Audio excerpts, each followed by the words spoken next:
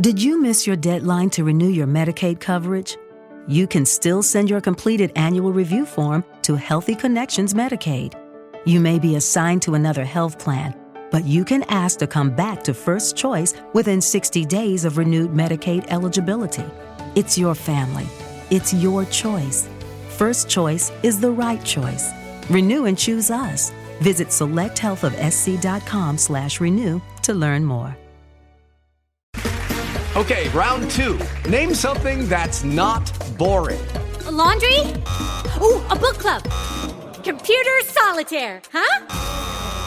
Ah, sorry, we were looking for Chumba Casino. That's right. ChumbaCasino.com has over 100 casino-style games. Join today and play for free for your chance to redeem some serious prizes. ChumbaCasino.com. No purchase necessary. Void where prohibited by law. 18+ terms and conditions apply. See website for details. They say you have three names. The one you inherit from your family, the one your parents gave you, and the one you make for yourself. So create the brand of you. Find the job you've always dreamed of and make it yours by going to Irish Jobs, Ireland's online recruitment platform. Take control of your career. Visit irishjobs.ie and move up to the next level you. Irish Jobs. Make a name for yourself.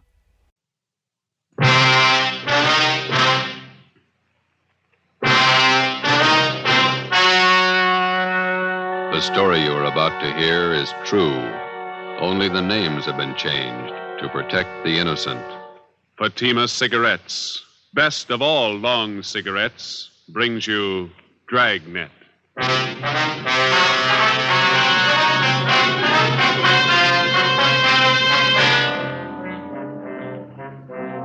You're a detective sergeant. You're assigned to robbery detail. Vicious gunmen have committed assaults, robberies, attempted murders. Their victims, Army officers stationed in your city. Your job, get 'em. If you want a long cigarette, smoke the best of all long cigarettes. Smoke king-size Fatima. Fatima is the long cigarette which contains the finest Turkish and domestic tobaccos superbly blended to make Fatima extra mild. And that's why Fatima has a much different, much better flavor and aroma than any other long cigarette. That's why Fatima has more than doubled its smokers coast to coast. So, enjoy Fatima, the best of all long cigarettes. It's wise to smoke extra mild. Fatima. It's wise to smoke extra mild Fatima.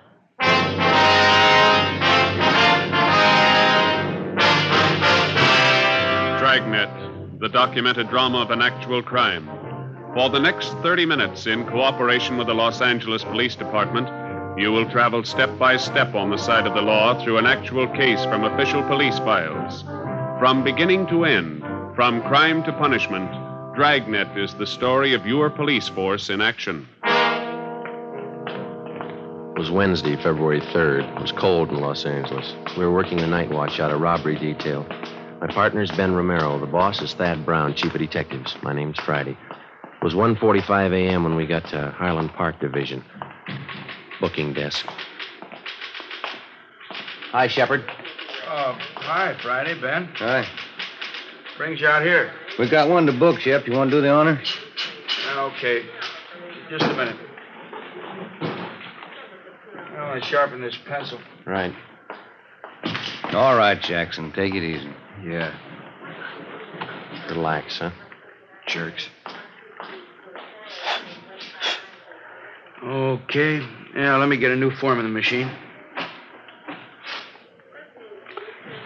All right, what's your name? Roy Jackson. Address? 414 Alabama Street. Age? 23. Location of arrest? 1730 West Hill, the old Ranger Tavern. Ranger Tavern. Time of arrest? 11:25 p.m. Charge? Suspicion 211 PC. PC. Come on, let's get this over with. Hey, you got lots of time. Let's check your property. All right, Jackson, everything out of your pockets. Put them on the desk.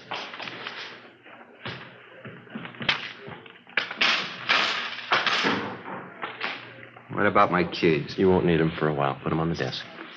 There. Oh, you forgot your watch. Take it off. All right. Yeah, that ring, too. Yeah. That everything?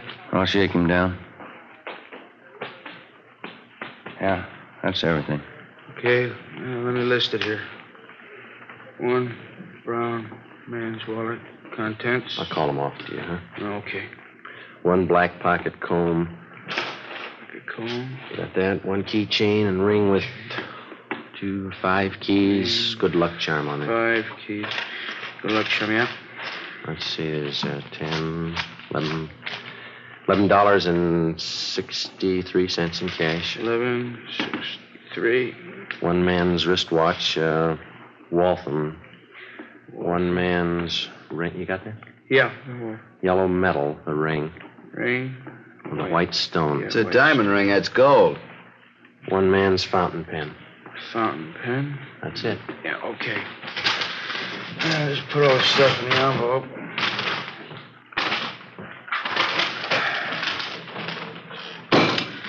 Okay. Get me a booking number, will you, Jimmy? Here's a receipt for your stuff, Jackson. Itemized. Yeah. And here's your copy, fellas. Thank you, Shep. Murdoch, Yes, Sergeant? got one for you. You got a slip on it? Yeah, here. Thanks. Let's go. Wait just a minute. You got nothing else to say, huh, Jackson? Been yapping at me for 2 hours. I told you all I'm going to tell you. 6 robberies, 6 assaults, 3 attempted murders. It's a tough rap to stand alone. What about your pals? You got my story. Okay, take them. Oh.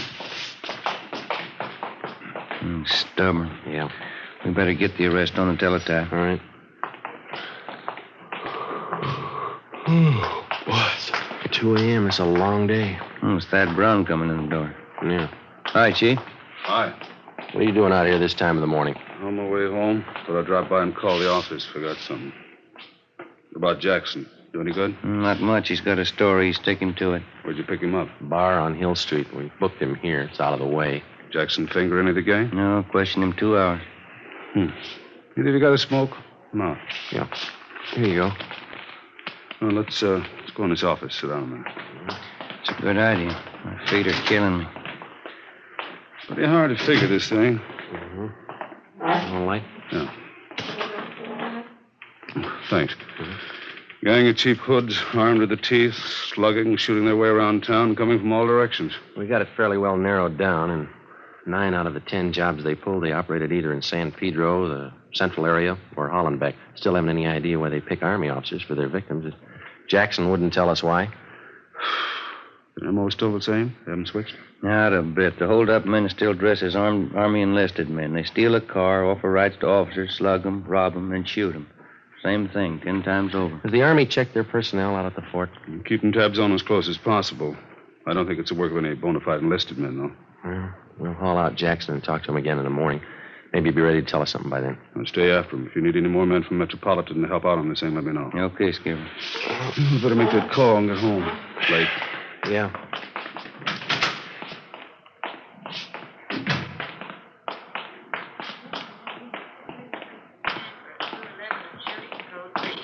Attention, all units, code 3. What was it, code 3, Shep? 31st and Stafford, 211 and shooting. Chief Brown, Ben, and I got to the scene at 2:20 a.m. An ambulance was already there, along with 2 cruiser cars and a half a dozen curious onlookers. Lying face down on the dirt road about 15 feet off Stanford Avenue was a man dressed in an Army officer's uniform. He wore first lieutenant bars. His blouse had been half ripped off, and the side of his face was bruised and swollen. The back of his head showed the results of a vicious beating. There were 2 bullet wounds in his left shoulder. A few feet away, sprawled out on his back, was a major. He'd been brutally beaten, but he was still conscious. While the ambulance attendants gave first aid, we questioned him briefly. Both bodies were lying 30 feet from the interurban railway tracks. Feel up to telling us how it happened? Hit me on the mouth with a gun. Can't talk too well. No, don't try to get up, Major. How's Lieutenant Kelly? He was with me. He'll be okay. They're getting him in the ambulance. We were hitchhiking downtown, Kelly and me. 2 men in a gray sedan picked us up. Said they were going back to the fort. How are the men dressed? You remember? Too much noise. What do you say? Just a minute. What was that? The PE train going by. Now, can you tell us about it? Enlisted men. One is a tech sergeant and on a private. He said they'd drive us back to the fort in a gray sedan, Pontiac. Excuse me, Sergeant. Oh, sure. I'll have to take care of those face wounds. You can go ahead. Okay. Did you see the license number on their car? Too dark, no. Gray sedan. Pulled guns, stopped the car here. Took our money, everything. This'll sting a little. There, it's good. You think you'd recognize the men if you saw them again? One was tall, 6'2", I guess. Think I know him. They shot Kelly. He tried to run. They shot him. How is he? He's okay. Is there anything else you can tell us about the men? Ambulance is ready. I'll take him. We can talk to him later. All right, Rob. Yeah.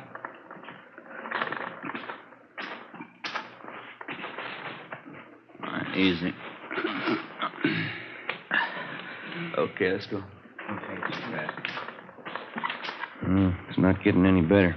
I'd sure like to cut him up, don't they? Pretty good set of footprints over there. Tire impressions. Better call the crime lab. Yeah. 2 men in a gray sedan. How does that match up? Same MO, Army officers. So one of the gunmen was tall. Mean anything to you? Well, most of the other victims gave us that description. Either the same tall guy works most of the jobs, or he's got a twin brother. The stats office make a run on the description for you? 4 different times. Nothing yet. I'd better get this new information on the air right away. Yeah. They steal a different car for every job, and the morning after we find the car, usually clean, no prints. This thing doesn't add up in my book. Army officers aren't loaded with... I said Army officers aren't loaded with dough. These punks are after something else besides money. What do you mean? Well, for every dollar they steal, they break a bone. How does that shape up to you? You think they like to draw blood? I think so. I think they're pointing for murder. What's the motive, Chief? Oh, forget the motives. I don't care what their reason is. Somebody's robbing and shooting. It's our job to stop them. What's the trouble with motives? How do you mean? They always show up after the murder. 2:40 a.m. The crime lab crew arrived and went to work searching the area for evidence and taking casts of the footprints and tire impressions. The chief of detectives, Ben, and I drove back to Georgia Street Receiving Hospital in time to watch the doctor remove 2 .38 caliber slugs from the shoulder of one of the victims. From his ID bracelet, he was identified as Harold Kelly, 1st Lieutenant Signal Corps, U.S. Army. The other victim was Major Richard Farmer, Signal Corps. I initialed the slugs for evidence, and then we drove back to the crime lab and dropped them off. The next morning, before they were transferred to a military hospital for further treatment, we talked with Lieutenant Kelly and Major Farmer and filled out a robbery report and one for a crime against person. At 5 minutes past 10, we checked back into robbery detail. Better see if we can get a stenographer in here. There's a lot of paperwork to catch up on. Yeah, I'm going to have to learn shorthand. Romero, Joe? Yeah, Ed? Come in a minute, will you? Right. They picked up the gray sedan using that job last night. Where? Out on Laguna, about a block from Echo Park. They find anything? Nothing. The boys from Leighton Fingerprints called just before you came in. They dusted the car inside out. No luck. That Roy Jackson we picked up last night. Has homicide got the stakeout on his apartment? Yeah, Fremont and Tetrick. Nothing yet. What'd you find out at the hospital this morning? Well, we talked to Lieutenant Kelly and that Major Farmer again. They're still in bad shape. You have anything to add? No. We got their crime reports and a list of the property taken, gave it to pawn shop detail to put on the stolen property list. What are the hold-up men doing with all the stuff they grabbed? Watches, cigarette cases, men's jewelry? It's all on the stolen property list. Pawn shops have been alerted. It's not showing up. Robbery, Walker. Yeah, just a minute. You, Joe. Oh, thank you. Friday. Yelly. Yeah. We'll meet it. Bye. Lee Jones. He just ran a make on the 2 slugs they took out of the lieutenant's shoulder. Yeah? They came from the same gun that wounded 4 of the other victims. Figures. How about the footprint cast they took out there last night? No, it didn't work out. Lee said he tried matching him up with that set of prints we came across on that job Sunday. There's no match. Oh, hi, Chief. Bad. Sit down. Thanks. Fellow man yet, Walker? Not yet. Just going over last night's case. What do you got? Walker and I were talking over this morning before you 2 checked in about these hitchhike bandit jobs. Yeah. Tried everything short of a blockade to grab the hold-up men. It's obvious it's not working. How about the Army brass? They're doing all they can already. It's up to us. We're going to need more men and better coverage. What are you figuring on? System decoys planted around the city and every area these hitchhike bandits have been operating in. Gonna take a lot of men, isn't it? Be worth it if it pays off. About 50 or 60 men should do it. They'll be dressed as second lieutenants all the way up to colonels. They'll travel in pairs. They're going to bunk out at the fort? If we can arrange it, yeah. They'll be instructed to hitchhike their way around town. Bulk of them will operate between 8 p.m. and 6 a.m. What kind of support are they going to have? You men in robbery and homicide. I'll have a special detail of cars from Metropolitan Unit to help cover the unprotected spots. When does it start? Tonight. No use waiting. You fellas might as well pass the word down the line. No time off till the gang's locked up. Okay. We got to get those punks and get them fast. We got the men and the machinery, so there's no reason for not stopping them. No excuses. Understood? Yes, sir. Excuse me. Robbery Walker. Oh, hello, dear. Yeah, I know, but I can't make you anything. Let's go, Joe. A little happy. You just go right ahead and you'll have to explain things I did. Here. What's that? A nickel. Call yours. 8 p.m., Thursday. With the permission of the commanding general, 6th Army, a total of 55 men dressed as Army officers spread out over the city to serve as decoys for the hitchhiked bandits. They were well armed, and they traveled in pairs. For the first night, it was the plan to concentrate in the central area, Hollenbeck and San Pedro. We started cruising the central area at 8 o'clock along with the rest of the detail. The time went slow. Midnight came. Still no sign. We waited out the rest of the night and the early morning. Nothing happened. We figured on some action on the weekend. Friday, Saturday, Sunday, nothing happened. Seemed like the hold-up men somehow had sensed the decoys and were staying under cover. Monday night, February the 8th, same thing all over again. 3 a.m. came and went. No sign. I'm kind of hungry. You want a hot dog? We can eat them in the car. No, you go ahead. Maybe a bag of potato chips. You want to see if I got them? Okay. I'll be right back. Yes, sir. Want hot dog? One. And give me a bag of those potato chips here, too, will you please? Okay. You want everything on that hot dog? Everything but relish. What's the matter? You don't like relish? No. Okay. Joe, come on. Hustle. You can skip that hot dog, Mac. What is it? Just came in. Catch the repeat. Attention all units. Attention all units. The vicinity of Washington, Figueroa. A shooting. Code 3. Ambulance dispatch. Okay, hit the siren. Let's move.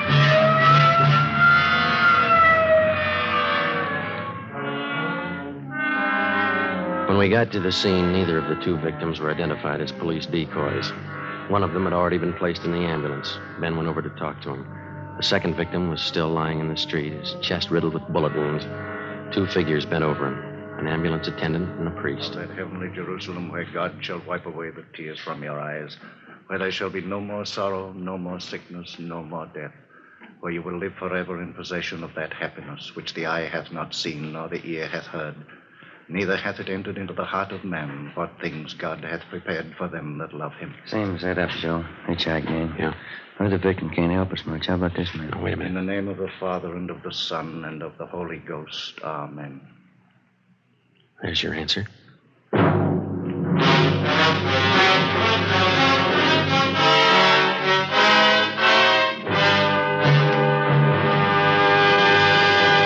You are listening to Dragnet, the case history of a police investigation presented in the public interest by Fatima Cigarettes. If you smoke a long cigarette, it will be in your interest to listen to a typical case history of a Fatima smoker. It's the case of Miss Shirley Gelman, trained nurse in the city of Los Angeles, California, and this is her actual signed statement.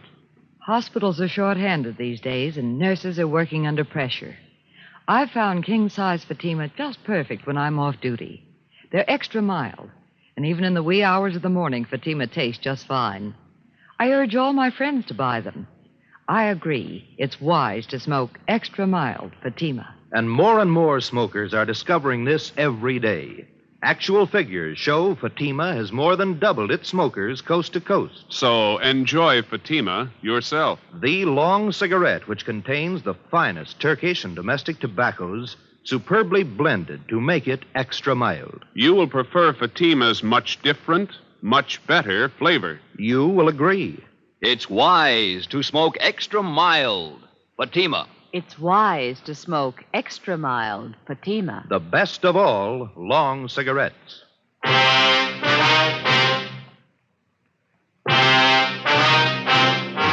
Wednesday, February 10th. At the inquest, the murder victim was identified as Marine Corps Lieutenant Robert Paul Lawrence, age 24.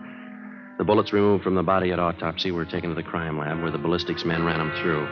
They were fired from the same gun used in the previous hold-up shootings by the hitchhike bandits. The companion of the victim at the time of his murder could add little to what we already knew as far as the descriptions of the gunmen were concerned. The following morning, Ben and I drove out to the home of the murdered man to interview his father, a colonel, Marine Corps, retired. Black wreath on the door. Yeah. It's a big house, isn't it? Mm-hmm. Yes, sir? Police officer, sir. This is Sergeant Friday. I'm Sergeant Romero. Oh, yes. I saw you the other day at the inquest. Yes, sir. We hate to bother you again, but we'd like to ask you a few questions. Yes. All right. Will you step in? Thank you. This way. He was a small man, well-built, with thick snow-white hair combed straight back and a neat white mustache well trimmed. He walked deliberately with his shoulders thrown back as he showed us into a large living room richly furnished. A picture of the Battle of Belleau Woods hung over the large fireplace. The rest of the pictures in the room were of famous Marine Corps officers. Now, gentlemen, how can I help you? It's about your son, Robert. We didn't want to bother you at the inquest. Yes. I guess I don't have to tell you. Bob's death was a blow. Yes, sir. He's been staying here with me from time to time since my wife died last year. House this big needs people. Just myself, the wife gone. Yes, sir. We'll only take a minute. You see, everything had been taken from your son, and we'd like to find out if you know what personal property he was carrying at the time he was... Well, I don't know. I guess he had the usual things, a few dollars, his wallet, St. Christopher medal, silver, his watch. Was the St. Christopher medal valuable? Oh, not too much, no, not monetarily. And that watch? Well, yes, that was worth something, a pocket watch. I gave it to Robert when he was commissioned at Quantico. That's his graduation picture on the mantel. Here. This is Robert. Yes, sir. Mm-hmm. Fine boy, Sergeant. Robert was a good Marine. You think you could describe the watch for us? Gold pocket watch. Cost quite a bit when I bought it for him. There's some engraving on the inside of the cover. What is it? Says, from an old Marine to a young one. Signed, Dad. Mm-hmm. Anything else about it, sir? Very fine jeweler friend of mine made the watch. It has small chimes inside, and when you push the lever on the side, it chimes the hour and nearest quarter hour. Very clever. Yes, sir, I see. And as far as you know, then, those are all the valuables he had with him. Yes. All right, Colonel Lawrence. Thanks very much. Oh, you don't have to rush off. Can I fix you a cup of coffee? Stay a while, won't you? I'm sorry, Colonel. We have to get back to the office. Oh. Well, let me show you to the door. I hope I've been of some help to you. You're not feeling too well. You've helped a lot, sir. Thank you. Thank you. Goodbye.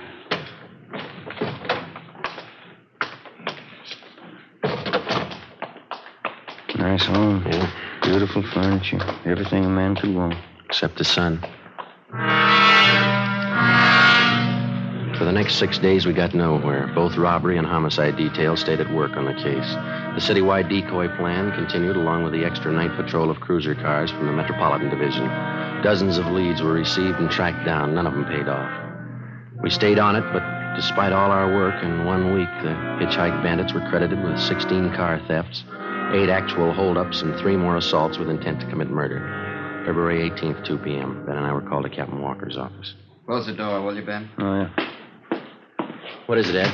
Both of you know Burdick here, theft detail? Oh, yeah, sure. I am. You want to tell him what you just told me, Burdick? Yeah, I was just telling the captain. I was on night watch last night with Resnick, and we picked up this guy for grand theft auto. Got him out in a bowling alley on Vermont. Yeah. Well, Resnick and I didn't think too much about it. We took him into Central and had him booked. Gave his name as Clyde Black. Mm-hmm. As I say, I didn't think too much about it. But on the way into work, I got to thinking. This fella comes pretty close to the description of one of your hitchhike bandits. Yeah? Yeah, he's pretty tall, 6'2", dark hair, dark eyes. Pretty tough. Is he still in jail? Still there. Anybody else talk to him besides you? Resnick and me, that's all. Here's the mug shot we got on him last night. Take a look. Let me see. Mm-hmm. It seems pretty close. You got a home address on him? Yeah, our place out on South Flower. Here's the number. Thanks. Oh, yeah, there was something else. Struck me kind of funny. What's that? When we booked the guy in last night... Yeah? In his back pocket, he had a St. Christopher medal. Ben, Ed, Burdick, and I drove out to the address on South Flower Street, which the prisoner, Clyde Black, had listed as his home address. It was a rooming house, and the landlord remembered Black, but he hadn't lived there for 2 months. He gave us Black's forwarding address, an apartment on MacArthur Drive. There, the manager told us he hadn't lived in the building for at least a month. He had moved and left no forwarding address. We put tracers through on him with DMV, our business office, and with local merchants in the neighborhoods where he had lived. By 6:30 p.m., we had an answer. An apartment on Pico Boulevard, just east of Alvarado. At 7 o'clock, we were on our way up in the elevator to the 3rd floor of the apartment house.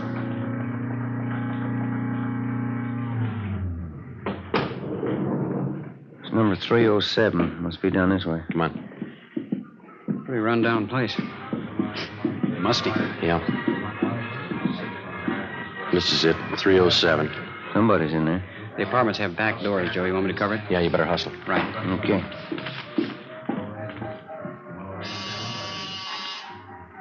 Stop talking. Yeah, what is it? Mailman, registered letter.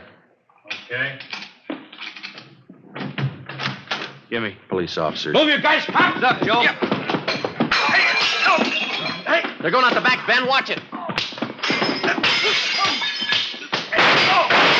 Burdick's got him stopped out back. All right, you now cut it. Let me go. I said, let me go. That's one of them. One more, Joe, here. There were 3. All right, let's go inside. Come on. Yeah, that's all of them. Watch them, will you, Bertie? Yeah. All right, let's look around, huh? Yeah.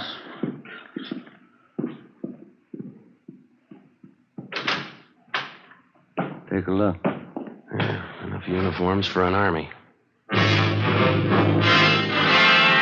Before we left the apartment, we searched it thoroughly and found dozens of personal valuables, watches, rings, and wallets. There was also a .38 caliber Colt.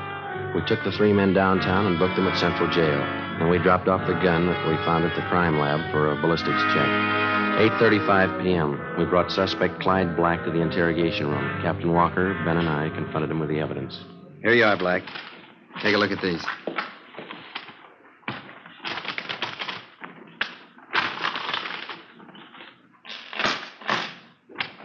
Well, they're not mine. We know that. Never saw them before. Watches, jewelry, wallets, they were found in your apartment, all of them. They weren't. Take a close look. Auto theft, that's all you got me on. Yeah. I won them. I won the stuff in the crap game. You must be lucky. Crap game, I tell you. That's how I got it, in a crap game. Why not do it easy, Black? Let's call a stenographer and get it over with. How much evidence do you want? I didn't do it. I get it. Interrogation room, Friday. Yeah. All of them? Fine, thank you. The gun, Black, they checked it. I didn't do it. Your gun killed that Marine. Your prints are all over it. It was one of the other guys, Max. Max, it was him. Him and Johnny. You ready to dictate a statement? Put them on the file. Why me? You talk to Max. Talk to Johnny. Ed, hand me that, will you? Yeah. Here. Thanks. We got this watch out of your apartment, too, Black. Where'd you get this? Which? This one right here, the pocket watch. I don't know. Don't tell us you won it in a crap game. It's not mine. I never saw it before. It's a beautiful watch. It's engraving on the inside cover. Yeah, look here. From an old Marine to a young one. It's not mine. Let me show you how it works. Push this lever here, see, on the side?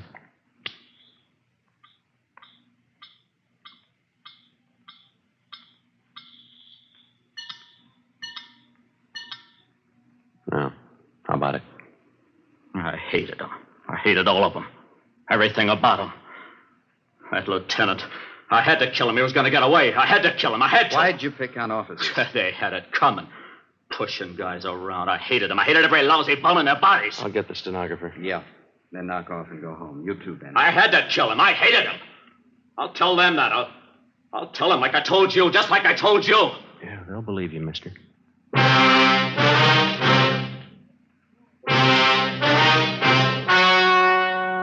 The story you have just heard was true.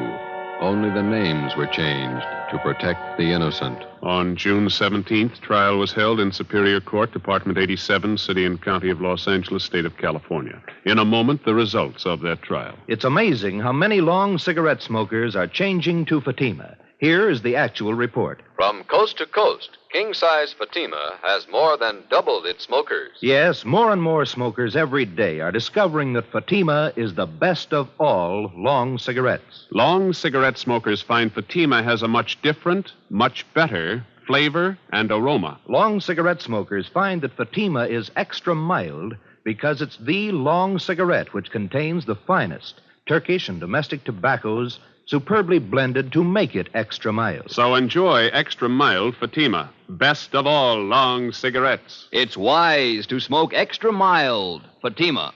It's wise to smoke extra mild Fatima.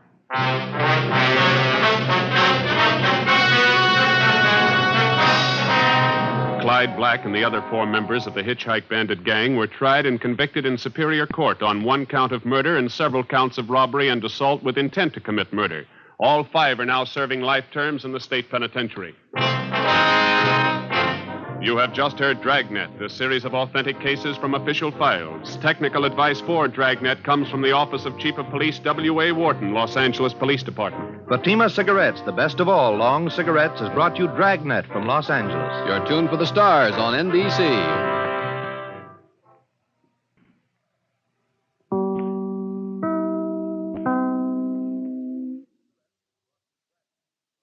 Lucky Land Casino, asking people, what's the weirdest place you've gotten lucky? Lucky? In line at the deli, I guess? Aha, in my dentist's office.